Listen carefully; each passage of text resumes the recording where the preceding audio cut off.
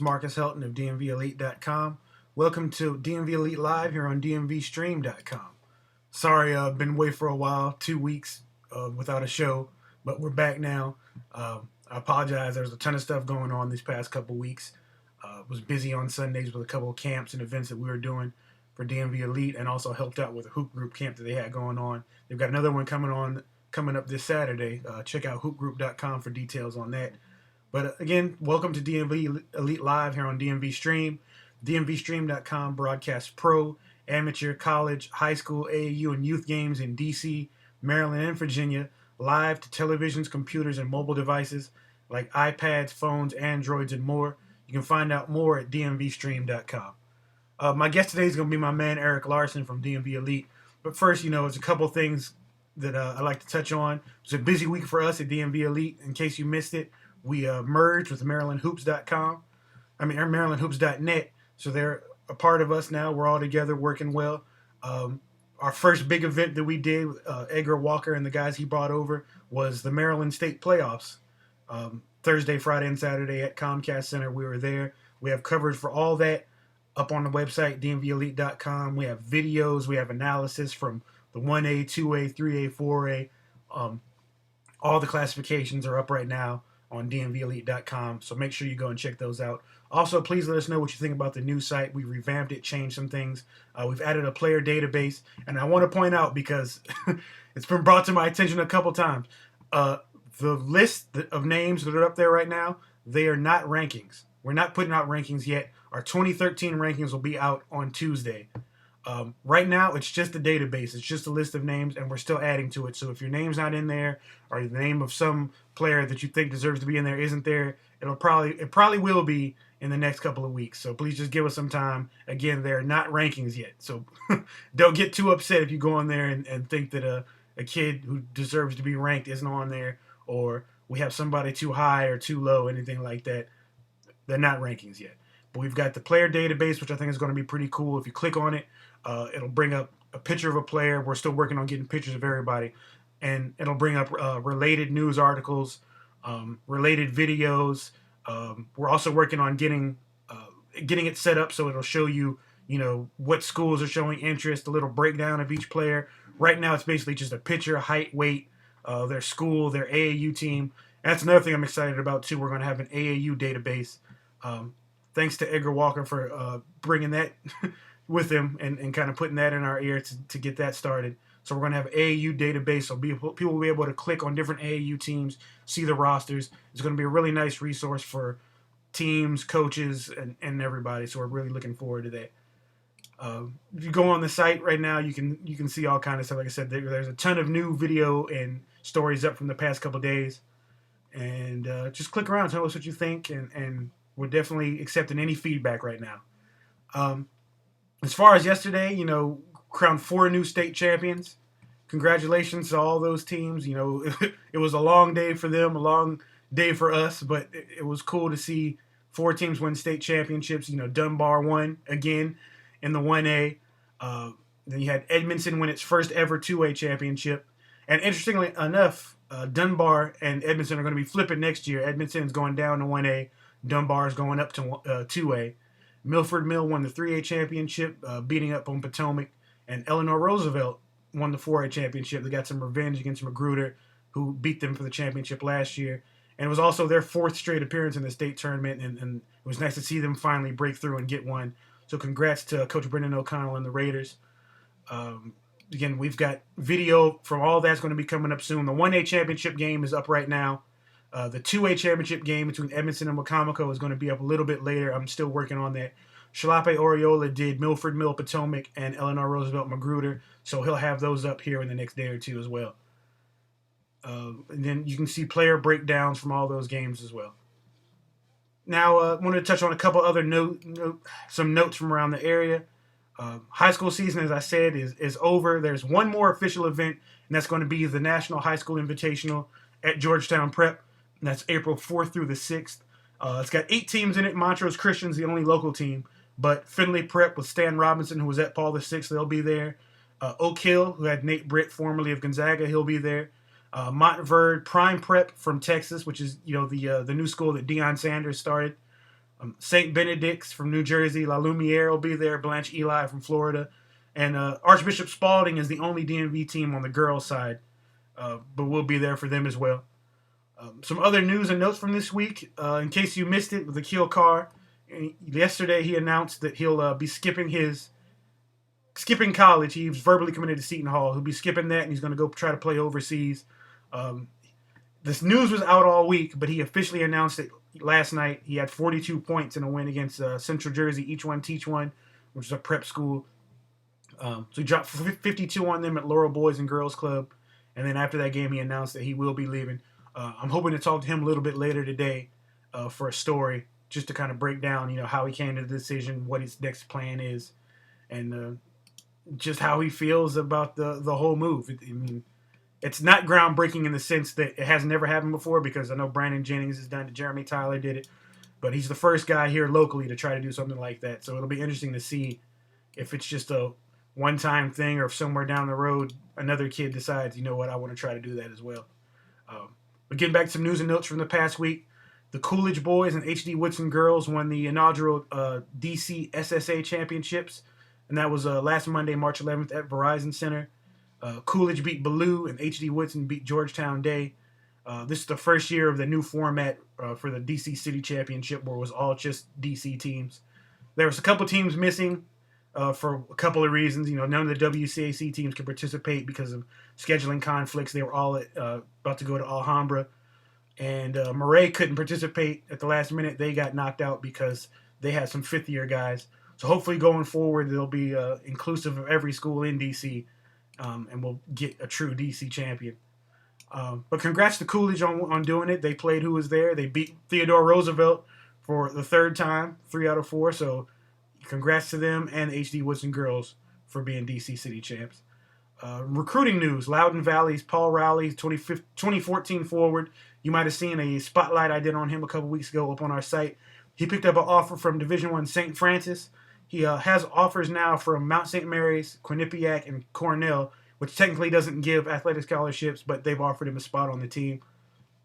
St. Maria Goretti's Martin Gebbin, 2014 forward, who'll be playing with Team Takeover again this summer, picked up offers from Xavier and Temple this week, and those are the highest level of offers he's received so far. But he's blowing up, and he'll probably continue to blow up with a strong summer with Takeover.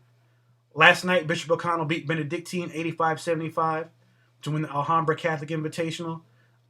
There was a ton of DMV teams in the field. O'Connell was there, Gonzaga was there, Benedictine from Richmond, St. Francis from Baltimore, Mount St. Joe's from Baltimore. It was a pretty star-studded field, and for O'Connell to win that behind a big game for Melo Trimble, who's one of my favorites of the guys that I've seen this year. It's impressive that they were able to get that done. All right, now I want to bring in my man Eric Larson from DMVElite. We're going to talk a little bit about last night, or not even last night, Thursday, Friday, and Saturday with the state tournament. We're also going to talk a little bit about stuff we've got coming up with DMVElite.com. And as soon as I get him on here, talk a little bit about the high school season as well, kind of recapping it. It was nice to get another one done.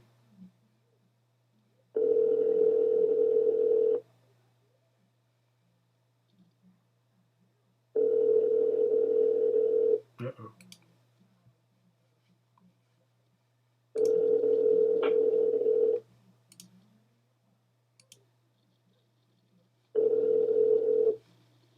Been forwarded to an automated voice.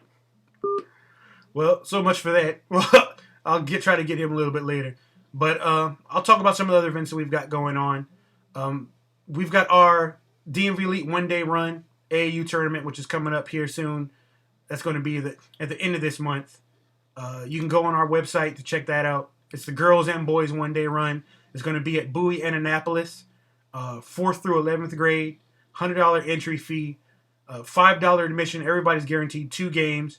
The 4th through 8th grade bracket is going to be 14-minute halves modified, and the 9th through 11th grade is going to be 16-minute halves modified.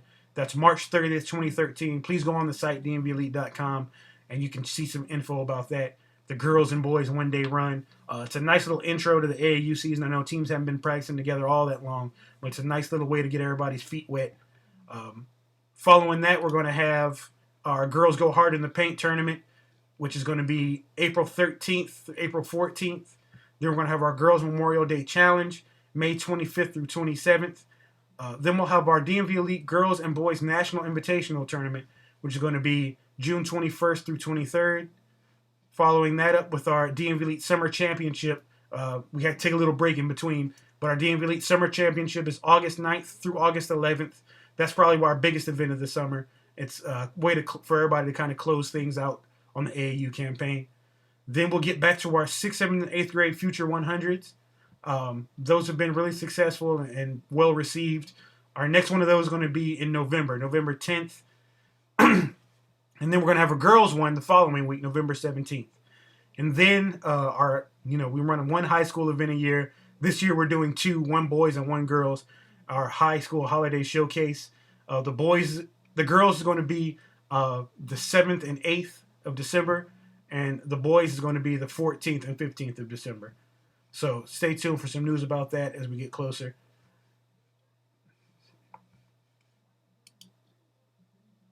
Like I said, if you go on DMV Elite right now, you can check out a lot of the newer stuff. We have the 3A top performers, 1A, 2A, 4A, and we're going to have championship recaps from all the games up here pretty soon. Like I said, the video that's up right now is Dunbar versus Newtown, and we've got our player rankings that I was telling you about earlier. We're going to have the class of 2013 on March 19th.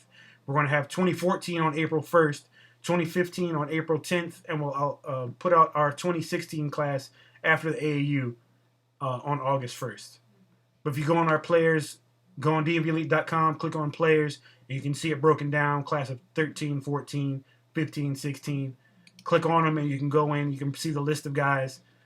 And like I was saying, when you click on a name, it'll bring up a picture, pertinent info, height, school, whether they're signed or unsigned, and then any related articles, videos, things of that nature.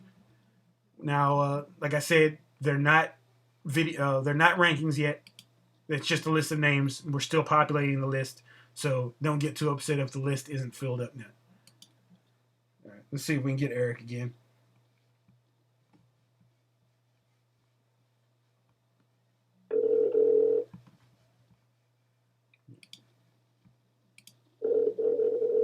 Like I said, I'm working on the Wakamako Edmonton video right now, so hopefully I can get that done in the next couple of hours.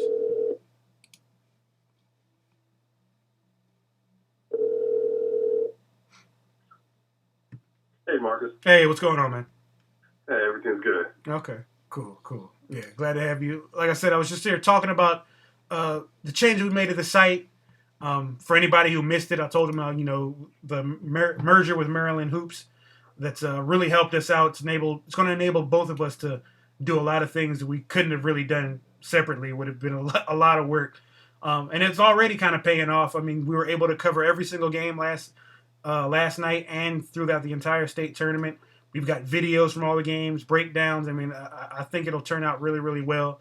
And it's been well received. We've gotten a lot of positive feedback about it. So, just what's your take on that? We're bringing a lot of new stuff to the site with it. Well, I think anytime that you bring together two quality organizations with people who work hard and really kind of have a passion for this, covering games, putting on tournaments, promoting players, you really have the opportunity to expand everyone's opportunities out there. I mean, you're going to see as we go on with some of the events that we're doing and the coverage that we're doing, that the exposure that everyone's going to be receiving out here is going to expand exponentially. Exactly. And that's one of the things that I've been telling people I'm most excited about, is it's going to allow us to do some more things. Like, we weren't able to get up to Baltimore much. We did it every now and then, but now we'll be able to, consistently do some Baltimore stuff. Howard County, Frederick County, we were rarely able to get up to those, but now we'll be able to do that as well.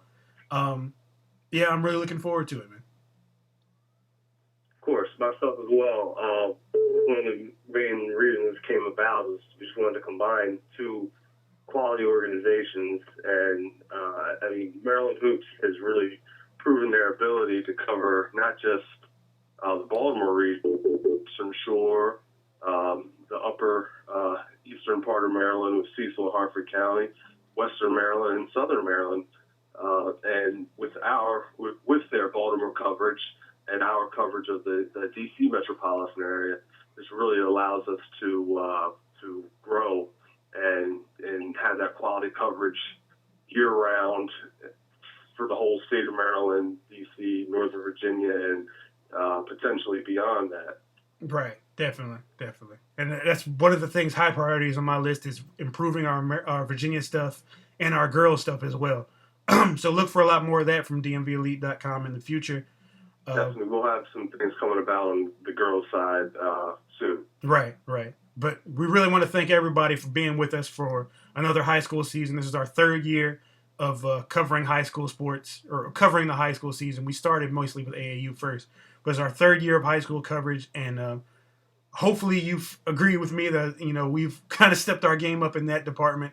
When I look back at some of the old stuff, I'm like, wow, it's really come far, and we hope to continue building and taking up another level, because this area deserves that kind of attention. The players deserve that kind of attention, and there's a lot of people, not just us, but there's a lot of people, a lot of sites doing a lot of really good work here in the area. So try to support everybody.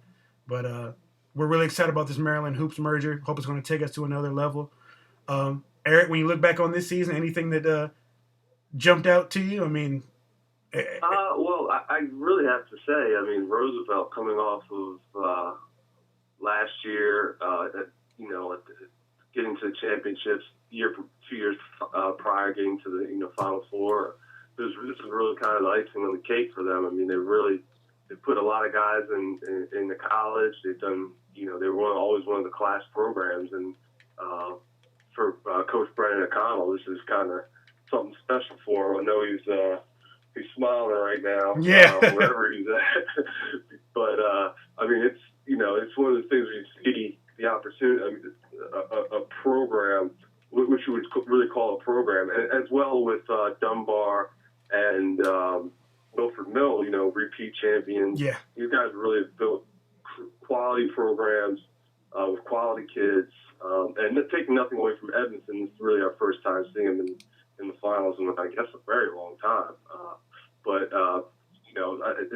it's really a reflection on the quality of people that are running those teams, and of course, again, not taking away from anything that everyone else has done all year.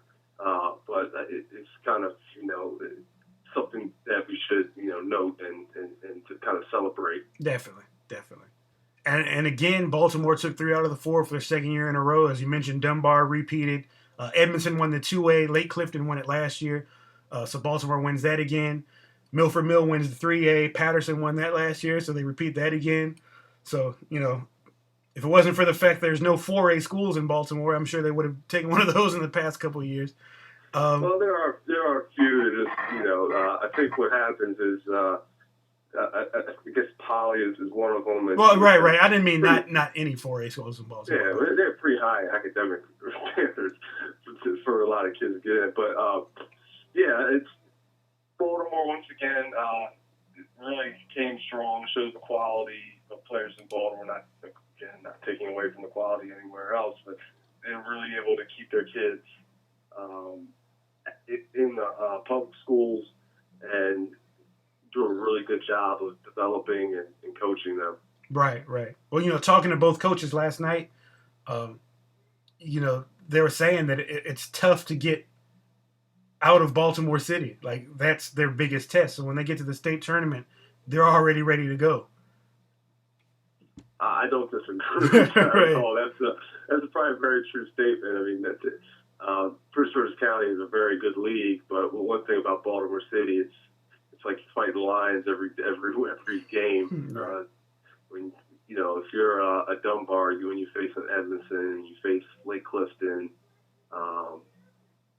and Digital Harbor, Northwestern, and Forest Park, and I know I'm missing a ton of schools in Baltimore that really play a city. Yeah. Poly. you're really facing it's a big time game every game, and I think what you saw was in almost every game the Baltimore teams. I mean, these kids have a real they don't wait for the game to come to them. They really go out and make the game happen.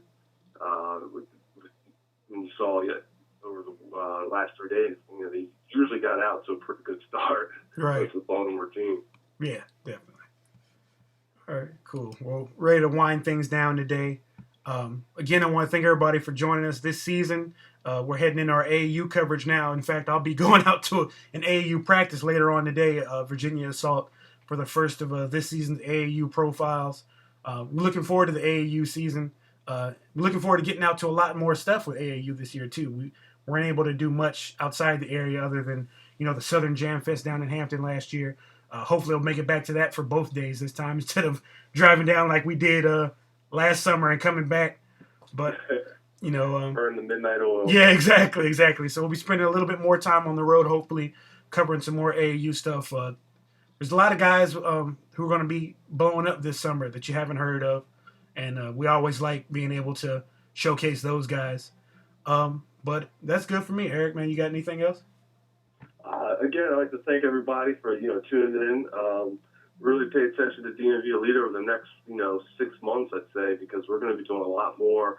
Marcus, we've talked about, possibly doing a little football coverage in the fall, maybe with some live streaming. Probably not so much on article based, but a lot of live streaming, maybe some highlight stuff. But definitely a lot more this summer. Possibly some mixtapes with all the video footage that we put together. I'm trying to develop a little feature that's going to really do a lot to profile some of the top players in our coverage area. It's going to be a nice little video feature. When that comes, I think it'll be a pretty big deal. Expect a lot more from DMV TV as well. Right. I think we're going to really spend a lot more time focused on bringing live and other types of programming of like that. Okay. Right. Okay. Well, thanks a lot, man. I appreciate your help as always, and I guess we'll get this AAU thing started now. Oh yeah, it's another grind. So. Right. Right. Okay. Well, like I was telling you earlier, that was my man Eric Larson. Thanks for joining me, Eric. I appreciate it. Never a problem. Right. But keep an eye out for our rankings. Our 2013 rankings are going to come out next Tuesday. Also, keep an eye out for our DMVElite team. We did our first one last year. Stan Robinson was our player of the year. This year, it's going to be a much larger area we're choosing from because of the merger with Maryland Hoops. So it's going to be an all DC, Maryland, and Virginia type team. So there's going to be a lot of guys to consider, and keep an eye out on that one too. That'll be coming out here shortly. But thanks again for joining me. This is Marcus Helton of DMVElite.com. Thanks to Eric Larson for joining me. Thanks to all of you for watching, and we'll see you again later.